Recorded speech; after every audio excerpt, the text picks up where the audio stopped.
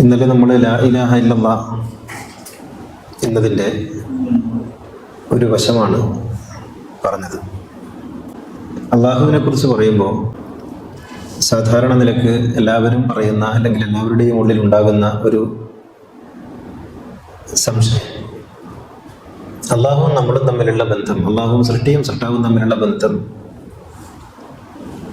എപ്രകാരമാണ് ഉണ്ടാകേണ്ടത്, അത് എങ്ങനെയാണ് നമുക്ക് കരസ്ഥമാക്കാൻ കഴിയുക എന്നുള്ളതാണ്. ഈ മതങ്ങളെപ്പോഴും അള്ളാഹുവിനെ കുറിച്ചുള്ള ഒരു വർത്തമാനത്തെ സൂചിപ്പിക്കാൻ ഉപയോഗിക്കുന്നത് ഭയം എന്ന വാക്കാണ്. ഭക്തിയെക്കുറിച്ച് പറയുമ്പോൾ പോലും ഭയഭക്തി എന്നാണ് പറയുക. ഭയഭക്തി ബഹുമാനം എന്നതൊരു പ്രയോഗം തന്നെയായിട്ട് മാറിയിട്ടുണ്ടല്ലോ. ഇത് ദൈവത്തോടുള്ള മനുഷ്യന്റെ ബന്ധം ഭയാധിഷ്ഠിതമായിരിക്കണം എന്ന ഒരു തീരുമാനത്തിൽ നിന്നുണ്ടായതൊന്നുമല്ല. മറിച്ച് ഭയമാണ് മനുഷ്യനെ ഒന്നിനോട് പറ്റി നിൽക്കാൻ അല്ലെങ്കിൽ ഒട്ടി നിൽക്കാൻ മറ്റെന്തിനേക്കാളും സഹായകമാകുന്ന വികാരം എന്ന ഒരു തിരിച്ചറിവിലാണ്. ഭയം എന്നത് നിങ്ങളെ ഒരേ സമയത്ത് അകറ്റുകയും അടുപ്പിക്കുകയും ചെയ്യുന്ന ഒരു വികാരമാണ്. ഈ ചെറിയ കുഞ്ഞുങ്ങളെ തല്ലി അല്ലെങ്കിൽ അടിക്കുന്ന അമ്മമാരോട് ഉമ്മമാരോട് കുട്ടികൾ വീണ്ടും ചേർന്ന് നിൽക്കുന്നത് കാണാം. വേദനിക്കുമ്പോൾ പോലും ഈ അമ്മമാരെ ചേർത്ത് പിടിച്ച് നിൽക്കുന്നത് കാണാം. അപ്പോൾ അടിക്കുക അല്ലെങ്കിൽ വേദനിപ്പിക്കുക എന്നുള്ളത് ഒരു മോശം അവസ്ഥയിൽ അതിനോട് ചേർന്ന് നിൽക്കാൻ, നിസ്സഹായ അവസ്ഥയിൽ ചേർന്ന് നിൽക്കാൻ പ്രേരിപ്പിക്കുന്ന ഒരു ഘടകമാണ്. മനുഷ്യൻ നിസ്സഹായനാണ്, ദൈവം സർവശക്തനാണ്. അതിനാൽ ദൈവത്തോട് നിങ്ങൾ ചേർന്ന് നിൽക്കണം. ഭയത്തോടു കൂടി ദൈവം നിങ്ങളെ ശിക്ഷിക്കും, അടിക്കും, ഇടിക്കും, പരീക്ഷിക്കും. അതൊക്കെ ചെയ്യുമ്പോഴും ദൈവത്തോട് ചേർന്ന് നിൽക്കാനുള്ള ടെൻഡൻസി, അത് നിസ്സഹായതയിൽ നിന്നുണ്ടാകുന്ന ഒരു വികാരമാണ്. ഈ കുഞ്ഞിന് അമ്മയെ വിട്ട് വേറെ എങ്ങോട്ടും പോകാനില്ല. കാരണം ഈ കുട്ടിക്ക് അറിയാം, എന്തൊക്കെയാണെങ്കിലും ഞാൻ തിരിച്ച് ഈ അമ്മയുടെ അടുത്ത് തന്നെയാണ് വരേണ്ടത്. അതുകൊണ്ടാണ് അടിക്കുമ്പോഴും വഴക്ക് പറയുമ്പോഴും ഈ അമ്മയോട് കുട്ടി ചേർന്ന് നിൽക്കാൻ നിർബന്ധിതനാകുന്നത്. ഇപ്പോൾ ഭയം എന്ന് പറയുന്നത് നിസ്സഹായതയെ മുതലെടുക്കുന്ന ഒരു വികാരമാണ്. മറ്റൊന്ന്, അറിയാൻ ശ്രമിക്കുമ്പോൾ അറിയാതെ മാറി നിൽക്കുന്ന ഒരു ഘടകം ദൈവം എന്ന അനുഭവത്തിലുണ്ടല്ലോ. ഇപ്പൊ ആകാശം പോലെയാണ് ദൈവം എന്ന് പറയും. ആകാശത്തേക്ക് നിങ്ങൾ എത്ര ഉയർത്തി പോയാലും ആകാശം തൊടാൻ കഴിയില്ല. നിങ്ങൾ ആകാശത്തിലേക്ക് എത്തുന്നതിനനുസരിച്ച് ആകാശം വീണ്ടും വീണ്ടും നിങ്ങളിൽ നിന്ന് ഉയരെയായിരിക്കും. അപ്പോൾ ആകാശം എന്ന് പറയുന്നത് നിങ്ങൾക്ക് ഒരേ സമയം കാണാനും എന്നാൽ ഒരിക്കലും തൊടാനും കഴിയാത്ത ഒരു അനുഭവമാണ്. ഇതുപോലെയാണ് ദൈവം എന്ന് പറയുന്നത്. അറിവിന്റെ തലത്തിൽ നിങ്ങൾ ദൈവത്തിലേക്ക് എത്രത്തോളം അടുക്കുന്നോ അത്രത്തോളം നിങ്ങളിൽ നിന്ന് വിദൂരത്തായിരിക്കുന്ന ഒരു വസ്തുതയായി ദൈവം മാറിക്കൊണ്ടിരിക്കും. അപ്പൊ നിങ്ങളുടെ അറിവ്, നിങ്ങളുടെ യാത്ര എത്ര വേഗത്തിലായാലും അത്രയും വേഗത്തിൽ ആകാശം നിങ്ങളിൽ നിന്ന് അകന്നു പോകും. നിങ്ങളുടെ അറിവ് എത്ര ആഴത്തിലായാലും അത്രയും ആഴത്തിൽ ദൈവം നമ്മളിൽ നിന്ന് ദൂരദൂരെയായിക്കൊണ്ടിരിക്കും. അതാണ് ഈ അറിവിനാൽ, ഇന്നലെ ഞാൻ പറഞ്ഞതുപോലെ, അറിവിനാൽ ദൈവത്തെ തേടുന്ന ഒരു അവസ്ഥ എന്ന് പറയുന്നത് നാം ദൈവത്തെ ഒരിക്കലും അനുഭവിക്കാതിരിക്കുക, അല്ലെങ്കിൽ ദൈവത്തിൽ നിന്ന് നാം വളരെ അകലെയായിക്കൊണ്ടിരിക്കുക എന്നതാണ് സംഭവിക്കുക. അവിടെയാണ് ഈ അധ്യാത്മ വഴിയിൽ സഞ്ചരിക്കുന്ന ആളുകൾ പറയുന്നത് ദൈവത്തെ ഭയക്കുകയല്ല, ദൈവത്തെ സ്നേഹിക്കുകയാണ് വേണ്ടത്, പ്രണയിക്കുകയാണ് വേണ്ടത് എന്ന്. പക്ഷെ അപ്പോഴും ഒരു പ്രശ്നമുണ്ട്. ഈ പ്രണയം എന്ന് പറയുന്നത് വാക്കുകളിൽ അല്ലാതെ എങ്ങനെയാണ് അത് സാധ്യമാവുക എന്നുള്ളതാണ്. എങ്ങനെയാണ് സാധ്യമാവുക? പ്രണയിക്കണമെന്നൊക്കെ നമുക്ക് പറയാൻ കഴിയും. ദൈവത്തെ പ്രണയിക്കണം, ദൈവത്തെ ഇഷ്ടപ്പെടണം, സ്നേഹിക്കണം എന്നൊക്കെ പറയാൻ കഴിയും. പക്ഷെ അമൂർത്തമായ ഒരാശയത്തെ നമ്മൾ എങ്ങനെയാണ് പ്രണയിക്കുക എന്നുള്ളതാണ്. അവിടെയാണ് നാം ദൈവത്തെ നമ്മളിൽ നിന്ന് വേറിട്ട ഒരു അസ്തിത്വമായിട്ട് കാണുമ്പോൾ ഉണ്ടാകുന്ന ഒരു പ്രശ്നം ഉണ്ടാകുന്നത്. അപ്പൊ നിങ്ങൾ എങ്ങനെയാണ് ദൈവത്തെ കാണുന്നത് എന്നതിൻ്റെ ഉത്തരമനുസരിച്ചായിരിക്കും നിങ്ങൾക്ക് ദൈവത്തെ പ്രണയിക്കാൻ സാധിക്കുമോ ഇല്ലേ എന്ന് മനസ്സിലാക്കാൻ കഴിയുക. അപ്പോൾ നമ്മളിൽ നിന്ന് വേറിട്ട ഒരു അസ്തിത്വമായിട്ട് ദൈവത്തെ കാണുക, മറ്റൊരു സൃഷ്ടി സൃഷ്ടാവ് എന്ന ദ്വന്ദ്ം. അപ്പോൾ ദൈവം മറ്റൊരിടത്ത് ഇരിക്കുന്നവനാണ്, മറ്റൊരിടത്ത് നിൽക്കുന്നവനാണ്. ദൈവം എന്നെ നിരീക്ഷിച്ചുകൊണ്ടിരിക്കുന്നു. ഞാൻ ദൈവത്തിൻ്റെ കണ്ണിലാണ് എപ്പോഴും ഉള്ളത്. അപ്പൊ ദൈവം പറയുന്നു, ഞാൻ അനുസരിക്കുന്നു. അപ്പോ ദൈവം എന്ന് പറയുന്നത് നമ്മളിൽ നിന്ന് വേറിട്ട ഒരു അസ്തിത്വമാണ് എന്ന ഒരു സങ്കല്പം ഉണ്ടാകുമ്പോൾ അവിടെ പ്രണയം അസാധ്യമായി തീരുന്നുണ്ട്. അപ്പൊ നമ്മളിൽ നിന്ന് വേറിട്ട ഒരു അസ്തിത്വത്തെയാണ് നമ്മൾ പ്രണയിക്കുന്നത് ഈ ഭൗതിക ലോകത്ത്. ഇപ്പോൾ കാമുകി, കാമുകൻ എന്ന് പറയുന്നത്, അല്ലെങ്കിൽ ധനം എന്ന് പറയുന്നത്, അതല്ലെങ്കിൽ അതുപോലെ മറ്റൊരു വസ്തു എന്ന് പറയുന്നത്, അതിനെ നമുക്ക് പ്രണയിക്കാം. പക്ഷെ ആ പ്രണയത്തിനുള്ള ഒരു പ്രശ്നം, അത് പാരസ്പര്യമുള്ള ഒരു സംഗതിയാണ്. ഞാൻ ഒരാളെ പ്രണയിക്കുന്നുവെങ്കിൽ ആ പ്രണയം എനിക്ക് ഇങ്ങോട്ട് തിരിച്ചു കിട്ടുന്നുണ്ട്, ഞാൻ അയാൾക്ക് കൊടുക്കുന്നതിന് പകരം കിട്ടുന്നുണ്ട്. ഇങ്ങനെ ഒരു പാരസ്പര്യം, അങ്ങോട്ടും ഇങ്ങോട്ടുള്ള ഒരു വ്യവഹാരം നടക്കുന്നുണ്ട് ആ പ്രണയത്തിൽ. അങ്ങനെയുള്ളൊരു വ്യവഹാരമില്ലാത്ത പ്രണയം ഈ ലോകത്ത് പിന്നെ കാൽപ്പനികതയിൽ മാത്രമാണ് കേട്ടോ. ഇപ്പൊ ലൈലയും മജ്നുവും പ്രണയിച്ചിട്ടുണ്ട്, പക്ഷെ അതൊരിക്കലും സംഭവിക്കാത്ത ഒരു പ്രണയമാണ്. ലൈലയും മജ്നുവും തമ്മിലുള്ള പ്രണയം എന്ന് പറയുന്നത് കാൽപ്പനികമാണ്. അതുകൊണ്ടാണ് ഈ ലോകത്ത് ഏത് പ്രണയമാണ് അനശ്വരം എന്ന് ചോദിച്ചപ്പോൾ ഒരിക്കലും സാക്ഷാത്കരിക്കാത്ത പ്രണയങ്ങൾ മാത്രമാണ് ഈ ലോകത്ത് അനശ്വരമായിട്ടുള്ളത്.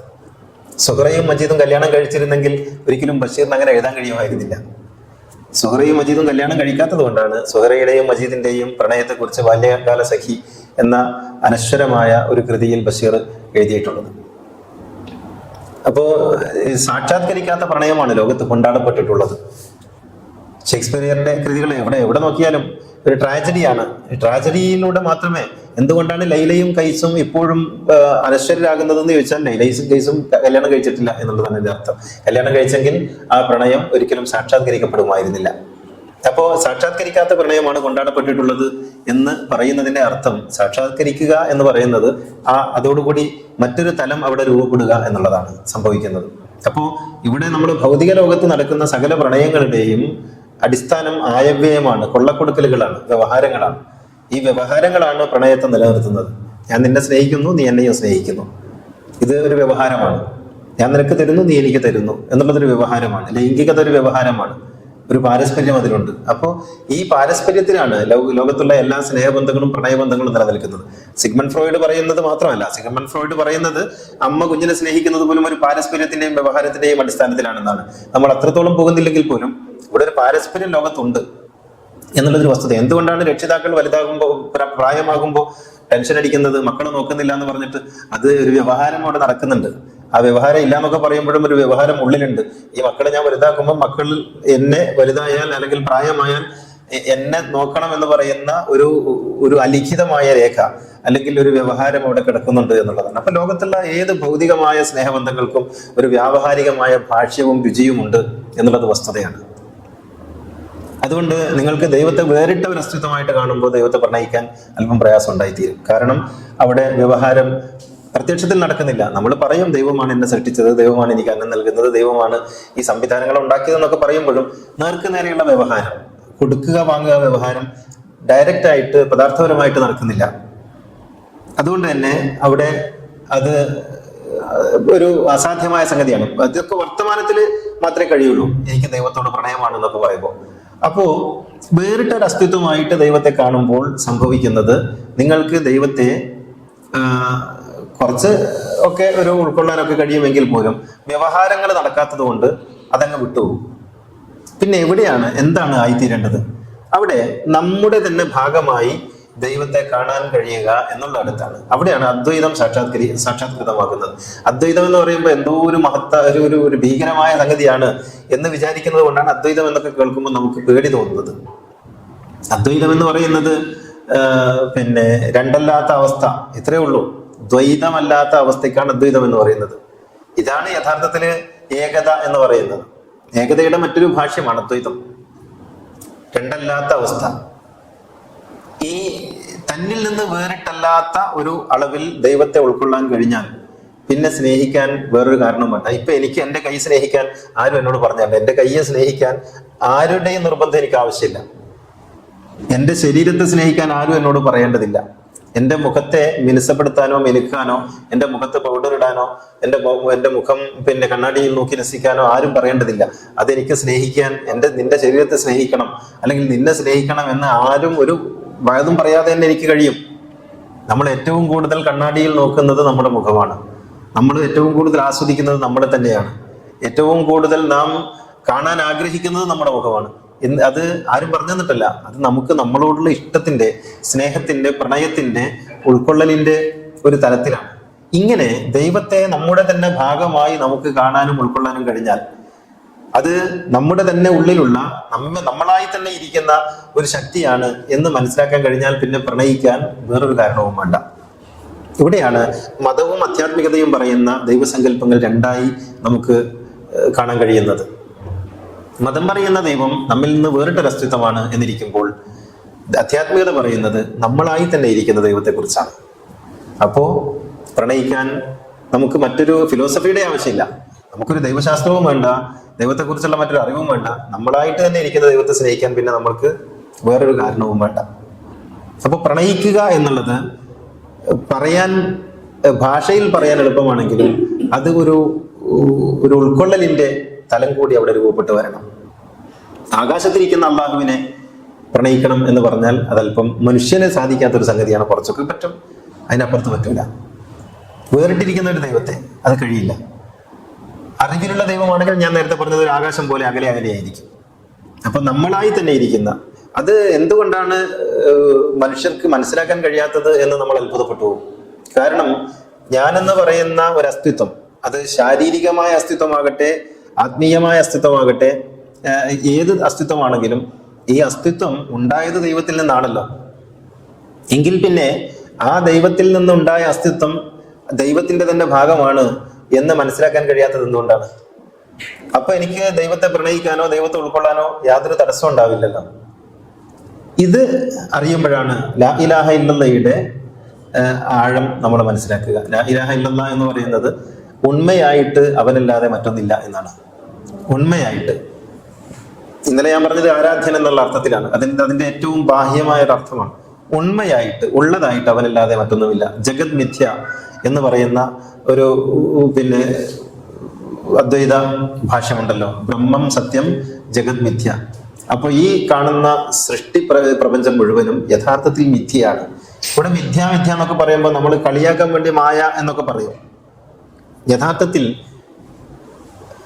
സ്ഥിരത ഉള്ള ഉണ്മ ഇതിനൊന്നുമില്ല. ഈ പ്രപഞ്ചത്തിലുള്ള ഒന്നിനും സ്ഥിരതയുള്ള ഉണ്മയില്ല.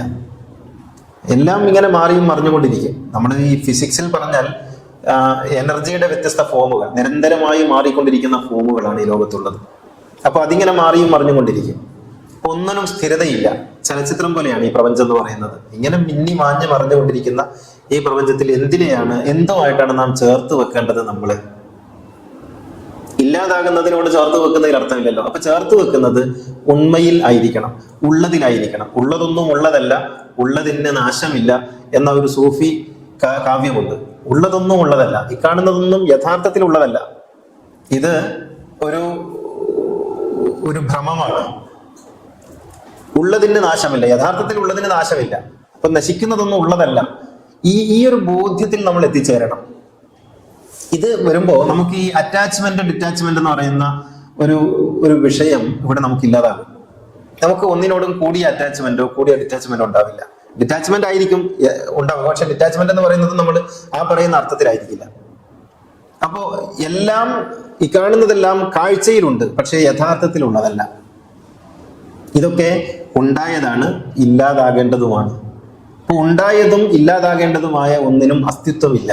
അസ്തിത്വമുള്ളത് ഒരേ ഒരു ശക്തിക്ക് മാത്രമാണ്, എല്ലാറ്റിനും ആധാരമായിട്ടുള്ള. ഇന്നലെ ഞാൻ പറഞ്ഞല്ലോ, സർവ്വതിന്റെയും കോസായിട്ടുള്ള ആ അടിസ്ഥാനം എന്തോ അതിന് മാത്രമാണ് ഉണ്മയുള്ളത്. അതാണ് ലാ ഇലാഹ ഇല്ലല്ലയുടെ അർത്ഥം. ഉണ്മയായിട്ടുള്ളത് അവൻ മാത്രമാകുന്നു. ലാ മൗജൂദ ഇല്ലല്ലാഹ് എന്നതിനൊരു ഭാഷ്യമുണ്ട്. അള്ളാഹു അല്ലാതെ മറ്റൊന്നിനും യാതൊരു അസ്തിത്വവുമില്ല എന്നുള്ളതാണ്. അപ്പൊ അങ്ങനെ പറയുമ്പോൾ ഇപ്പം നിങ്ങൾ ഉൾപ്പെടുന്ന ഈ പ്രപഞ്ചം മുഴുവനും നിങ്ങൾ ഒന്ന് ആലോചിച്ച് നോക്കൂ. നമ്മുടെ ഇപ്പൊ ഒരു 50 വയസ്സുള്ള ഒരാള് 50 വർഷങ്ങൾക്ക് മുൻപേ ഉള്ള ഒരു അവസ്ഥയെ കുറിച്ച് ആലോചിക്കട്ടെ. അന്ന് ഈ പ്രപഞ്ചം ഉണ്ടായിരുന്നല്ലോ. ഒരു 50 വർഷങ്ങൾക്ക് ശേഷം ആലോചിക്കട്ടെ, അന്നും ഈ പ്രപഞ്ചം ഉണ്ടാവുമല്ലോ. അപ്പോ ഞാനില്ല. 50 വർഷങ്ങൾക്ക് മുമ്പ് ഞാൻ ഉണ്ടായിരുന്നില്ല, 50 വർഷങ്ങൾക്ക് ശേഷവും ഞാൻ ഉണ്ടായിരുന്നില്ല. ഒന്നും സംഭവിക്കാതെ ഈ പ്രപഞ്ചം അതിന്റെ ചലനം സാധിച്ചുകൊണ്ടിരിക്കുന്നു. അപ്പോൾ ഈ കാണുന്നതൊന്നും, ഇന്ന് നമ്മൾ കാണുന്നത് ഒന്നും 100 വർഷങ്ങൾക്ക് ശേഷം ഉണ്ടാവില്ലല്ലോ. ഇന്ന് നമ്മൾ കാണുന്ന ഈ മനുഷ്യ സൃഷ്ടികളിൽ ആരും 100 വർഷങ്ങൾക്ക് ശേഷം ഉണ്ടാവില്ല. നമ്മൾ കാണുന്ന ഈ വാഹനങ്ങളൊന്നും 100 വർഷങ്ങൾക്ക് ശേഷം ഉണ്ടാവില്ല. ഇന്ന് നമ്മൾ കാണുന്ന ഈ കെട്ടിടങ്ങളൊന്നും 100 വർഷങ്ങൾക്ക് ശേഷം ഉണ്ടാവില്ല. അപ്പൊ ഇതിന് ഉണ്മയുണ്ട് എന്ന് പറയുന്നതിൽ എന്താ അർത്ഥമാണുള്ളത്? അത് 100 വർഷം എന്ന് പറഞ്ഞാൽ ചിലപ്പോൾ 500 വർഷമായിരിക്കും, 1000 വർഷമായിരിക്കും, 50 വർഷമായിരിക്കും. ഇത്രയും ഈ സമയത്തിന്റെ വ്യത്യാസം മാത്രമേ ഉള്ളൂ. ഇവിടെ നാഗരികതകൾ ഉണ്ടായിട്ടുണ്ട്, പിന്നെ സാഹിത്യ സൃഷ്ടികൾ ഉണ്ടായിട്ടുണ്ട്, വലിയ വലിയ ഭരണ ഡൈനാസ്റ്റികൾ ഉണ്ടായിട്ടുണ്ട്. എല്ലാം അങ്ങനെയാണ്, ഉണ്ടായി ഇല്ലാതായി. ഉള്ളപ്പോൾ നമുക്ക് തോന്നൂലായിരുന്നു. ഇപ്പം മുഗൾ ഭരണം പിന്നെ ഇവിടെ ഉണ്ടായിരുന്ന കാലത്ത് ആരെങ്കിലും വിചാരിച്ചിരുന്നോ മുഗളന്മാര് ഇവിടെ ഇല്ലാതായി പോകുമെന്ന്? കുത്തബ് മിനാർ ഉണ്ടാക്കിയ, താജ്മഹൽ ഉണ്ടാക്കിയ, ലാൽ ഫോർട്ട് ഉണ്ടാക്കിയ അവരുണ്ടാവില്ല എന്ന് വിചാരിച്ചിരുന്നു? ഇല്ല, അവര് എപ്പോഴും ജീവിക്കുമെന്ന മട്ടിലാണ് അവർ എല്ലാ എടുപ്പുകളും ഉണ്ടാക്കിയത്. ഫറോവ വിചാരിച്ചിരുന്നോ? ഉണ്ടായിരുന്നില്ല. നമ്മളെ പിന്നെ ഹിറ്റ്ലർ വിചാരിച്ചിരുന്നോ? ഹിറ്റ്ലർ പിന്നെ അവസാന കാലത്ത് അയാള് വിചാരിച്ചിരുന്നോ? ഹിറ്റ്ലർ അവസാന കാലത്ത് പിന്നെ ഭരണം പട്ടാളം അദ്ദേഹത്തിന്റെ നാട് ജർമ്മനി വളഞ്ഞ് അവസാനം താൻ വസിക്കുന്ന അവസരത്തിലേക്ക് എത്തുമ്പോഴേക്ക് അയാൾ കൂടെ ഉള്ളവരോട് പറയുന്നുണ്ട്, നിങ്ങൾക്ക് പോകാം അല്ലെങ്കിൽ മരിക്കാം എന്ന് പറഞ്ഞിട്ട് ആദ്യം ഗീബൽസും പിന്നീട് അയാളും അയാളുടെ ഭാര്യയും കൂടി ആത്മഹത്യ ചെയ്യുന്നുണ്ട്. അങ്ങനെ തിരിച്ചറിഞ്ഞ ചില നിമിഷങ്ങളിൽ ഒഴിച്ച് ബാക്കി ആരും എവിടെയും ഞാൻ ഇല്ലാതായി പോകും എന്ന് വിചാരിച്ചിട്ടില്ല. ഇത് നമ്മുടെയും കഥയാണ്. നമുക്കൊക്കെ മരിക്കും എന്നൊക്കെ നമുക്കറിയാമെങ്കിൽ പോലും ഇപ്പോഴൊന്നും മരിക്കൂല എന്നുള്ള ഒരു ആത്മവിശ്വാസത്തിലാണ് നമ്മളൊക്കെ ഇരിക്കുന്നത്. ഇത് സ്വാഭാവികമാണ്. അങ്ങനെ വിചാരിക്കുമ്പോഴേ നമുക്ക് മുന്നോട്ട് പോകാൻ കഴിയുള്ളൂ എന്നുള്ളതും കൂടിയാണ്. അപ്പോ മരണമില്ലാത്ത ഈ ലാ തഅഖുദുഹു സിനത്തുൻ വലാ നൗം, ഞാൻ എന്നെ ഏറ്റവും കൂടുതൽ ഖുർആനിൽ ചിന്തിപ്പിച്ച ഒരു വചനം ആയത്തുൽ കുർസിയിലെ അള്ളാഹുവിനെ പരിചയപ്പെടുത്തുന്നിടത്ത് അല്ലാഹു ലാ ഇലാഹ ഇല്ലാ ഹുവൽ ഹയ്യുൽ ഖയ്യൂം ലാ തഅഖുദുഹു സിനത്തുൻ വലാ നൗം, അവന് ഉറക്കമോ തളർച്ചയോ ഒന്നും ബാധിക്കൂല എന്ന് പറഞ്ഞപ്പോൾ എന്താണ് ദൈവത്തിന് ഉറക്കവും തളർച്ചയും ബാധിക്കൂല എന്ന് പ്രത്യേകം പറയാൻ കാരണം എന്ന് ഞാൻ ആലോചിച്ചിരുന്നു. ചെറുതിലെ പഠിക്കുമ്പോഴേ ആലോചിച്ചിരുന്നു. അങ്ങനെ പറയാൻ കാരണം എന്താണ്? ഉറങ്ങാതിരിക്കുക എന്നുള്ളത് അത്ര വലിയ ക്വാളിറ്റി ആണോ എന്ന് ഞാൻ ആലോചിച്ചിരുന്നു. അവിടെയാണ് ആലസ്യം എന്ന് പറയുന്ന, അല്ലെങ്കിൽ ബോധം നഷ്ടപ്പെടുക എന്ന് പറയുന്ന, നാം ജീവിക്കുന്ന ചുറ്റുപാടുകളിൽ നിന്ന് മറ്റൊരു അവസ്ഥയിലേക്ക് നമ്മളെ മാറ്റുക എന്ന് പറയുന്ന അവസ്ഥാന്തരങ്ങൾ മനുഷ്യ ജീവിതത്തിനുണ്ട്. അപ്പൊ നമ്മുടെ ഉണർച്ചയുടെ, ഉറക്കിന്റെ, ബോധത്തിന്റെ, അബോധത്തിന്റെ, ശ്രദ്ധയുടെ, അശ്രദ്ധയുടെ ഒക്കെ ഇടയിലാണ് നമ്മളൊക്കെ ജീവിച്ചുകൊണ്ടിരിക്കുന്നത്. ഇങ്ങനെയൊന്നും ഇല്ലാത്ത, എപ്പോഴും ശ്രദ്ധാലുവായി, എപ്പോഴും ജാഗ്രതായി, എപ്പോഴും ഊർജ്ജസ്വലനായി, എപ്പോഴും സജീവമായി ജീവത്തായിരിക്കുന്ന ഒരു അസ്തിത്വത്തെയാണ് ഖുർആൻ പരിചയപ്പെടുത്തുന്നത്. അപ്പോ ദൈവം എന്ന് പറയുന്നത് പിന്നെ ജീവിച്ചിരിക്കുന്നു, മരിക്കുന്നില്ല എന്ന് മാത്രമല്ല, മരണത്തെ പ്രതിനിധീകരിക്കുന്ന ഒരവസ്ഥയില്ലാത്തവനാണ്. ഇപ്പൊ നമ്മൾ ഉറങ്ങും എന്ന് പറയുന്നത് മരണത്തെ പ്രതിനിധീകരിക്കുന്ന ഒരു അവസ്ഥയാണ്. അതുകൊണ്ടാണ് നമ്മൾ ഉറങ്ങും എന്നുള്ളത് കൊണ്ടാണ് നമ്മൾ മരിക്കും എന്ന് പറയുന്നത്. അപ്പൊ ദൈവം ഉറങ്ങൂല എന്ന് പറയുന്നതിന്റെ അർത്ഥം ദൈവത്തിന് ശ്രദ്ധയിൽ നിന്ന് മാറുന്ന ഒരവസ്ഥ ഉണ്ടാവുകയില്ല, ഉണ്ടാവാൻ പാടില്ല എന്നുള്ളതാണ്. അപ്പോ ഇങ്ങനെ ഉണ്മയുള്ള, സാക്ഷാൽ ഉണ്മയുള്ള, ഹക്കായിട്ടുള്ള ദൈവത്തിന്റെ ഒരു നാമമാണല്ലോ സത്യം, ഹക്ക് എന്ന് പറയുന്നത്. ഇപ്പോ ഗാന്ധിജി എപ്പോഴും പറയാറുണ്ട്, സത്യമാണ് ദൈവം, ഹക്കാണ് ദൈവം. ഖുർആൻ പറയുന്നുണ്ടല്ലോ ഹുവൽ ഹക്കു, അവൻ സത്യമാണ്, ഹക്കാണെന്ന് പറയും. എന്ന് വെച്ചാൽ ഹക്ക് എന്ന് പറയുന്നത് ഒരിക്കലും പിന്നെ മാറ്റു കുറയാത്തതാണ്. അത് ഏത് കാലത്തും ഒരുപോലെ മാറ്റുള്ളതിനാണ് ഹക്ക് എന്ന് പറയുന്നത്. ഇത് മറ്റൊന്നിനെയും ബാധിക്കുന്ന ഒരു സംഗതിയല്ല. ഞാൻ ഹക്കല്ല, കാരണം ഞാൻ ഹക്കായിരുന്നെങ്കിൽ 50 കൊല്ലം മുമ്പ് ഞാൻ ഉണ്ടാവേണ്ടിയിരുന്നു. ഞാൻ ഹക്കാണെങ്കിൽ 50 വർഷങ്ങൾക്ക് ശേഷം ഞാൻ ഉണ്ടാവണം. അങ്ങനെ ഇല്ലല്ലോ. അപ്പൊ നമ്മൾ ആരും ഹക്കല്ല, നമ്മളൊക്കെ മിഥ്യയാണ്, മായയാണ്. ഈ രൂപഭാവങ്ങളെ കുറിച്ചാണ് ഞാൻ പറയുന്നത്. നമ്മുടെ ഉള്ളിലുള്ള ഞാനെന്ന് പറയുന്ന ആ ശരിയായ പിന്നെ അതിന്റെ നൂലിനെ കുറിച്ചല്ല ഞാൻ പറയുന്നത്. ഞാനെന്ന് പറയുന്ന ഈ രൂപഭാവങ്ങളെ കുറിച്ചാണ് ഞാൻ പറയുന്നത്. ഒരിക്കലും അത് ഹക്കല്ല എന്ന്. ഹക്കായിരിക്കുന്നവൻ അല്ലാഹു മാത്രമാണ്. ലാ മൗജൂദ ഇല്ലല്ലാഹ്, അവനല്ലാതെ ഉണ്മയുള്ളവനായിട്ട് ആരുമില്ല. ഇനി അതിന്റെ അടുത്ത ഘട്ടത്തിലേക്ക് പോവുകയാണെങ്കിലോ, അതിന്റെ രണ്ടാം ഭാഗത്തേക്ക് പോകുമ്പോൾ സംഭവിക്കുന്നത് അവന്റെ പ്രകാശനങ്ങളാണ് ഈ കാണുന്നതെല്ലാം. ഞാൻ അതിന്റെ ആദ്യത്തെ ഭാഗമാണ് പറഞ്ഞത്. അവന്റെ പ്രകാശനങ്ങളാണ് ഈ കാണുന്നതെല്ലാം. അപ്പോ പൂവായി, പൂമ്പാറ്റയായി, പുഴുവായി, പഴുതാരയായി, മനുഷ്യനായി, മറ്റ് ഭൂതഗണങ്ങളായി ഈ ലോകത്ത് വിരാജിക്കുന്നതെല്ലാം അവന്റെ പ്രതിഫലനങ്ങളാണ്, അവന്റെ പ്രകാശനങ്ങളാണ്. അപ്പോൾ ദൈവത്തെ പ്രണയിക്കുക എന്ന് പറയുന്നതിന്റെ രണ്ടാമത്തെ ഭാഗം, ആദ്യം ഞാൻ പറഞ്ഞു അത് ഞാനായിരിക്കുന്നത് തന്നെ സ്നേഹിക്കുക എന്നുള്ളതാണ്. അതിന്റെ രണ്ടാമത്തെ ഭാഗമാണ് അവന്റെ പ്രകാശനങ്ങളായി ഈ ലോകത്ത് വിളയാടുന്നതെന്തോ അത് മുഴുവനും ദൈവത്തിന്റെ തന്നെ പ്രതിഭാസങ്ങളാണ് എന്ന അർത്ഥത്തിൽ ഉൾക്കൊള്ളാനുള്ള ശേഷിയാണ് പ്രണയത്തിന്റെ രണ്ടാം ഭാഗം. അപ്പോ ഈ പ്രപഞ്ചം ഇത്രയും വിശാലമായിരിക്കുന്നത് മുഴുവനും ദൈവത്തിന്റെ പിന്നെ ഈ ലീലാവിലാസം, ഭഗവാന്റെ ലീലാവിലാസം എന്ന് പറയും ഭാരതീയ ദൈവശാസ്ത്രത്തിൽ. ലീലാവിലാസം എന്ന് പറയുന്നത് ദൈവം സ്വയം വിലസുന്നതാണ്. വിലസുക എന്ന് പറഞ്ഞാൽ അറിയാലോ, പ്രകാശിക്കുക, ലസിക്കുക എന്നുള്ളതാണ്. വിലാസം എന്ന് നമ്മളൊക്കെ അഡ്രസ്സിന് പറയും. വിലാസം എന്ന് പറഞ്ഞാൽ എൻ്റെ പ്രകാശനം ആണ്. ഈ അഡ്രസ്സ് എന്ന് പറഞ്ഞാൽ എൻ്റെ പ്രകാശനമാണ്, ഞാൻ അവിടെ ഉണ്ടാകുമെന്നാണ് അതിൻ്റെ അർത്ഥം. അപ്പൊ ദൈവത്തിന്റെ വിലാസമാണ് ഈ കാണുന്ന പ്രപഞ്ചമെല്ലാം. ദൈവമായിരിക്കുന്നത് ഇങ്ങനെയൊക്കെയാണ്. ഇങ്ങനെയല്ലാതെ നമുക്ക് കാണാൻ കഴിയില്ലല്ലോ, ദൈവത്തെ അനുഭവിക്കാൻ കഴിയില്ലല്ലോ. അപ്പോ ഇതിനെ മുഴുവനും ദൈവത്തിന്റെ വിലാസങ്ങളാണ് എന്ന് കണക്കാക്കി ഇതിനെയൊക്കെ ഉൾക്കൊള്ളാനുള്ള ശേഷി, അവിടെയാണ് നമ്മൾ പറയുന്ന സർവവേദ സത്യവാദം അല്ലെങ്കിൽ മാനവികത ഒക്കെ ഉണ്ടാകുന്നത്. മാനവികത എന്ന് പറയുന്നത് നിങ്ങളുടെ ഒരു ഔദാര്യമൊന്നുമല്ല, മറിച്ച് നിങ്ങൾ ദൈവവിശ്വാസിയാണെങ്കിൽ നിങ്ങൾക്ക് മാനവികവാദിയായി മാറാനേ കഴിയുള്ളൂ. നിങ്ങൾക്ക് ഏതെങ്കിലും ഒരു വിഭാഗത്തെ വെറുക്കാൻ, ഏതെങ്കിലും ഒരു വിഭാഗത്തെ അകറ്റി നിർത്താൻ, ഏതെങ്കിലും ഒരു വിഭാഗത്തെ ഈ ഭൂമിയിൽ നിന്ന് ഇല്ലാതാക്കാൻ പ്രാർത്ഥിക്കാൻ നിങ്ങൾക്ക് ഒരിക്കലും കഴിയില്ല, നിങ്ങൾ ദൈവവിശ്വാസികളാണെങ്കിൽ. കാരണം ദൈവവിശ്വാസം എന്ന് പറയുന്നത് ദൈവത്തിന്റെ ഈ ലീലകളെ ഉൾക്കൊള്ളലാണ്. ഇത് അനിവാര്യമായി ദൈവവിശ്വാസത്തിന്റെ തേട്ടമാണ്. അപ്പോൾ നിങ്ങൾക്ക് ഒരു ഗ്രൂപ്പിനെ മാത്രം ഉൾക്കൊള്ളാൻ കഴിയുന്നവരാണെങ്കിൽ നിങ്ങൾ ഒരിക്കലും ദൈവവിശ്വാസിയാകുന്നില്ല. നിങ്ങൾക്കൊരു മതവിശ്വാസിയാകാൻ പറ്റും. മതവിശ്വാസിക്ക് മറ്റു മതക്കാരെ വെറുക്കാൻ പറ്റും, ഒരു കുഴപ്പമില്ല. കാരണം മതവിശ്വാസി എന്ന് പറഞ്ഞാൽ തന്നെ അവൻ അവന്റെ മതത്തെ മാത്രം ഉൾക്കൊള്ളുന്നവനാണ്, മറ്റു മതങ്ങളെ വെറുക്കേണ്ടവനാണ് അവൻ. അതുകൊണ്ടൊരു മതവിശ്വാസി മറ്റു മതങ്ങളെ വെറുക്കുന്നു എന്ന് പറഞ്ഞാൽ അത്ഭുതമൊന്നുമില്ല അതിൽ. പക്ഷെ ഒരു ദൈവവിശ്വാസിക്ക് അത് സാധ്യമല്ല. കാരണം ദൈവം റബ്ബുൽ ആലമീനാണ്. ഖുർആൻ പറയുന്നത് നോക്കൂ നിങ്ങൾ, റബ്ബുൽ ആലമീൻ എന്ന് വെച്ചാൽ അത് ഈച്ചയുടെയും പൂച്ചയുടെയും ദൈവമാണ് എന്നാണ്.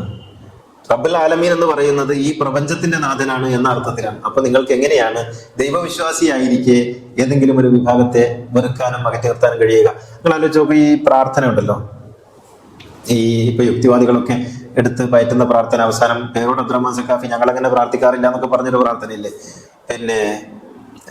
അല്ലാഹുമ്മ മൻസുരിൽ മുസ്ലിമീൻ, അല്ലാഹുമ്മ, അതുപോലെ അല്ലാഹുമ്മ അഇസ്സൽ ഇസ്ലാമ വൽ മുസ്ലിമീൻ വഅദില്ല ശിർക വൽ മുശ്രിക്കീൻ, അല്ലാഹുമ്മ ദമ്മിർ അഅദാഅനാ വഅഅദാഅക വഅഅദാഅദ്ദീൻ, അല്ലാഹുമ്മ ശത്തിത് ശംലഹും വഫജ്ജക ജംഅഹും എന്നൊക്കെ പറയുന്ന ഒരു പ്രാർത്ഥനകളുണ്ടല്ലോ. ഈ പ്രാർത്ഥനകൾ എപ്പോഴും യഥാർത്ഥത്തിൽ ആലോചിച്ച് നോക്കിയാൽ നമുക്ക് ആമീൻ എന്ന് പറഞ്ഞു പോയിട്ടുണ്ടെങ്കിൽ നമുക്ക് ഒരിക്കലും പൊറുക്കാൻ കഴിയാത്ത ഒരു തെറ്റ് ചെയ്ത പോലെ നമുക്ക് അനുഭവപ്പെടും. എന്താണ് ആ പ്രാർത്ഥന പറയുന്നത്? അല്ലാഹുവേ, ഇന്ന കൂട്ടരെ നീ നശിപ്പിക്കണേ, ഇന്ന കൂട്ടരെ നീ ഹലാക്കാക്കി കളയണേ, അവരുടെ കുട്ടികളെ അനാഥരാക്കണേ, അവരുടെ വീടുകൾ കത്തിച്ചു കളയണേ, അവരുടെ പാദങ്ങളെ നീ വിറപ്പിക്കണമേ. ഇങ്ങനെയൊക്കെ പ്രാർത്ഥിക്കുന്ന പ്രാർത്ഥനകൾ പള്ളികളിൽ നിന്ന്, ഹറമിൽ നിന്ന് ഒക്കെ ഉയരുമ്പോൾ നിങ്ങൾ ആലോചിച്ച് നോക്കൂ, എങ്ങനെയാണ് ഒരു ദൈവവിശ്വാസിക്ക് അങ്ങനെ പ്രാർത്ഥിക്കാൻ കഴിയുക?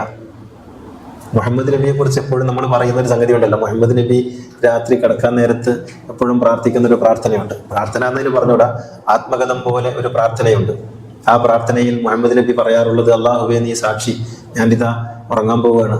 ഈ ഉറക്കിന് മുമ്പ് എനിക്ക് നിന്നോടൊരു കാര്യം പറയേണ്ടതായിട്ടുണ്ട്. മാനവകുലം മുഴുവനും സഹോദരങ്ങളാണ്. ഇത് പ്രവാചകൻ സാക്ഷ്യപ്പെടുത്തിയിട്ടല്ലാതെ മുഹമ്മദ് നബിയുടെ ഓർമ്മയിൽ മുഹമ്മദ് നബി ഉറങ്ങിയിട്ടില്ല പ്രവാചകനായതിനു ശേഷം. എന്നിട്ട് നബി പറയും, അല്ലാഹുവേ, മനുഷ്യർ തമ്മിൽ തെറ്റുന്ന, മനുഷ്യർ തമ്മിൽ ഭിന്നിക്കുന്ന ഒരു പ്രവർത്തനത്തിനും ഞാൻ കാരണമായിട്ടില്ല എന്ന് ഞാൻ ഉറച്ചു വിശ്വസിക്കുന്നു. ഇതാണ് വിശ്വാസത്തിന്റെ ഒരു അടിസ്ഥാനം എന്ന് പറയുന്നത്. മാനവരാശി മുഴുവനും സഹോദരങ്ങളാണ് എന്ന് സാക്ഷ്യപ്പെടുത്തിയിട്ടല്ലാതെ പ്രവാചകൻ ഉറങ്ങിയിട്ടില്ല എന്ന് പറയുമ്പോൾ എല്ലാ ദിവസവും ആ സാക്ഷ്യം പ്രവാചകന്റെ കണ്ഠത്തിൽ നിന്ന് ഉയർന്നിരുന്നു എന്ന് പറയുമ്പോൾ യഥാർത്ഥത്തിൽ നമുക്ക് വലിയ പാഠമുണ്ട്. എന്താണ് ഇസ്ലാം എന്ന് പറയുന്നത്? അപ്പോൾ അള്ളാഹുവിനെ സ്നേഹിക്കുക അല്ലെങ്കിൽ പടച്ചവനെ ഇഷ്ടപ്പെടുക എന്ന് പറഞ്ഞാൽ അതിനർത്ഥം പടച്ചവന്റെ പ്രതിഭാസങ്ങളായിട്ട് ഇവിടെ വിളങ്ങിക്കൊണ്ടിരിക്കുന്ന സകലതിനെയും ഉൾക്കൊള്ളുക എന്നുള്ളതാണ്. അതിന് ഏറ്റവും പ്രധാനപ്പെട്ടത് മനുഷ്യനെ ഉൾക്കൊള്ളുക എന്നുള്ളതാണ്. നമ്മളായിരിക്കെ തന്നെ നമുക്ക് നമ്മുടെ എല്ലാ വിശ്വാസ ദർശനങ്ങളെയും കാത്തു സൂക്ഷിച്ചുകൊണ്ട് തന്നെ ഈ ലോകത്തുള്ള സകല വൈവിധ്യങ്ങളെയും ഉൾക്കൊള്ളേണ്ടതായിട്ടുണ്ട്. ഈ ലോകത്ത് നിങ്ങൾ എങ്ങനെയായിരിക്കുന്നു എന്നതുപോലെ പ്രധാനമാണ് മറ്റുള്ളവരെ നിങ്ങൾ എങ്ങനെ ഉൾക്കൊള്ളുന്നു എന്നുള്ളത്. മനുഷ്യന്റെ വൈവിധ്യങ്ങളെ അള്ളാഹു അംഗീകരിക്കുന്നുണ്ടല്ലോ. ഈ അള്ളാഹു അംഗീകരിക്കുന്ന വൈവിധ്യങ്ങളെ എന്തുകൊണ്ടാണ് അള്ളാഹുവിൽ വിശ്വസിക്കുന്നവർക്ക് അംഗീകരിക്കാൻ കഴിയാതെ പോകുന്നത്? ഇത് നമ്മളോട് ചോദിക്കേണ്ട ഒരു ചോദ്യമാണ്.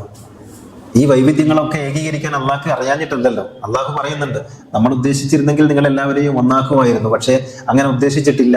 എന്ന് പടച്ചോൻ പറയുമ്പോൾ നമ്മൾ എന്തിനാണ് അതിനു വേണ്ടി പ്രവർത്തിക്കുന്നത്? ഇവിടെയാണ് മതം മാറ്റത്തിന്റെ അല്ലെങ്കിൽ വാദപ്രതിവാദത്തിന്റെ, വാദിച്ച് തോൽപ്പിക്കുന്നതിന്റെ ഒക്കെ ദൈവവിരുദ്ധത, അതിന്റെ യുക്തിവിരുദ്ധത മാത്രമല്ല ദൈവവിരുദ്ധത നമുക്ക് ബോധ്യപ്പെടുന്നത്. മനുഷ്യനെ മനുഷ്യനായിട്ട് കാണാനുള്ള കണ്ണ് ദൈവവിശ്വാസത്തിന്റെ ഭാഗമാണ് എന്ന് മനസ്സിലാക്കാൻ നമുക്ക് കഴിയുക എന്നുള്ളതാണ്. ഇത് മനുഷ്യന്റെ ദർശനത്തിന്റെ കാര്യത്തിൽ മാത്രമല്ല, ആചാരങ്ങളുടെ കാര്യത്തിലും ഒക്കെ അങ്ങനെ തന്നെയാണ്. ഇപ്പോ ഈ ഭക്ഷണകാര്യങ്ങളിൽ മാംസാഹാരം കഴിക്കുന്നവരും സസ്യാഹാരം മാത്രം കഴിക്കുന്നവരും നമ്മുടെ കൂട്ടത്തിലുണ്ട്. ഇത് ഓരോരുത്തരുടെയും ആചാര സമ്പ്രദായമാണ്, ചെറുതിലെ ശീലിച്ചു വന്നതാണ്. മാംസാഹാരം കഴിക്കുന്നവർ അവരുടേതായ നിലക്ക് ഒന്നിനെയും ബുദ്ധിമുട്ടിക്കാതെ, ആരെയും ബുദ്ധിമുട്ടിക്കാതെ മാംസാഹാരം കഴിക്കുന്നുവെങ്കിൽ അത് അവരുടെ സ്വാതന്ത്ര്യമാണ്, അതിനെ മാനിക്കാൻ നമുക്ക് കഴിയണം. സസ്യാഹാരം കഴിക്കുന്നവർക്ക് അങ്ങനെ സസ്യാഹാരം കഴിക്കാനുള്ള സ്വാതന്ത്ര്യമുണ്ട്, അവരെ മാംസാഹാരം കഴിപ്പിക്കേണ്ടെന്ന യാതൊരു കാര്യവുമില്ല. ഇത് നമ്മൾ അറിയണം. ഇത് നമുക്ക് മനസ്സിലാക്കിയാൽ പിന്നെ വലിയ വലിയ പ്രശ്നങ്ങളൊന്നും ലോകത്തില്ലല്ലോ. വസ്ത്രം ധരിക്കുന്നവർക്ക് വസ്ത്രം ധരിച്ചും വസ്ത്രം ധരിക്കാത്തവർക്ക് വസ്ത്രം ധരിക്കാതെയും ജീവിക്കാനുള്ള സ്വാതന്ത്ര്യം ഇവിടെയുണ്ട്. ബാക്കിയുള്ള കാര്യം പടച്ചോനായിക്കോട്ടെ, പടച്ചോൻ അവരോട് ചോദിക്കുകയാണെങ്കിൽ ചോദിച്ചോട്ടെ. നമ്മളോട് ചോദിക്കാൻ പറഞ്ഞിട്ടില്ലല്ലോ, നിങ്ങൾ വിചാരണ ചെയ്യണം എന്ന് പറഞ്ഞിട്ടില്ല. വിചാരണ ചെയ്യേണ്ട കാര്യം എന്താണ്? ഒരു മനുഷ്യനെ ബാധിക്കുന്ന വിധത്തിൽ അല്ലെങ്കിൽ മനുഷ്യ സമൂഹത്തെ ബാധിക്കുന്ന വിധത്തിൽ ഒരാൾ എന്തെങ്കിലും പ്രവർത്തിക്കുമ്പോൾ മാത്രമാണ് അയാൾ ശിക്ഷാർഹനായി തീരുന്നത്, വിചാരണ ചെയ്യപ്പെടേണ്ടവനായി തീരുന്നത്. അല്ലാതെ ഒരു മനുഷ്യന്റെ വ്യക്തി സ്വാതന്ത്ര്യത്തിൽ ഇടപെടാൻ നമുക്ക് ആർക്കും യാതൊരു വിധത്തിലുള്ള അധികാരാവകാശങ്ങളും പടച്ചാമ്പുരാൻ നൽകിയിട്ടില്ല. ഇത് നമ്മുടെ ഔദാര്യമല്ല, നമ്മൾ വിശ്വസിക്കുന്ന ദൈവവിശ്വാസത്തിന്റെ ഭാഗമാണ്. നിങ്ങൾ പള്ളിയിൽ പോകുന്നത് പോലെ, നിങ്ങൾ നിസ്കരിക്കുന്നത് പോലെ ദൈവവിശ്വാസത്തിന്റെ അനിവാര്യ താല്പര്യമാണ് ഈ സകല വൈവിധ്യങ്ങളോടും കൂടി മനുഷ്യനെ ഉൾക്കൊള്ളുക എന്നുള്ളത്. ഇത് അള്ളാഹുവിനെ സ്നേഹിക്കുന്നതിന്റെ രണ്ടാമത്തെ. അപ്പൊ ഞാൻ അള്ളാഹുവിനെ സ്നേഹിക്കുന്നു എന്ന് പറയുകയും എന്നിട്ട് ഞാൻ കുറെ മനുഷ്യന്മാരെ വെറുക്കുകയും ചെയ്താൽ അതിൽ യാതൊരു അർത്ഥവും ഇല്ല എന്നുള്ളതാണ്. അപ്പൊ പഠിച്ചവനെ സ്നേഹിക്കുക എന്റെ തന്നെ ഭാഗമായിരിക്കുന്ന റബ്ബ് എന്നുള്ളതോടൊപ്പം ഈ മനുഷ്യകുലത്തിന്റെ സകല ഈ പ്രപഞ്ചത്തിന്റെ ദൃശ്യപ്രപഞ്ചത്തിന്റെ സകല ചെറുതും വലുതുമായ കാര്യങ്ങളിലൂടെയും പ്രതിഭാസിക്കുന്ന ശക്തിവിശേഷം എന്നതോടുകൂടിയും ആണ് എന്നർത്ഥം.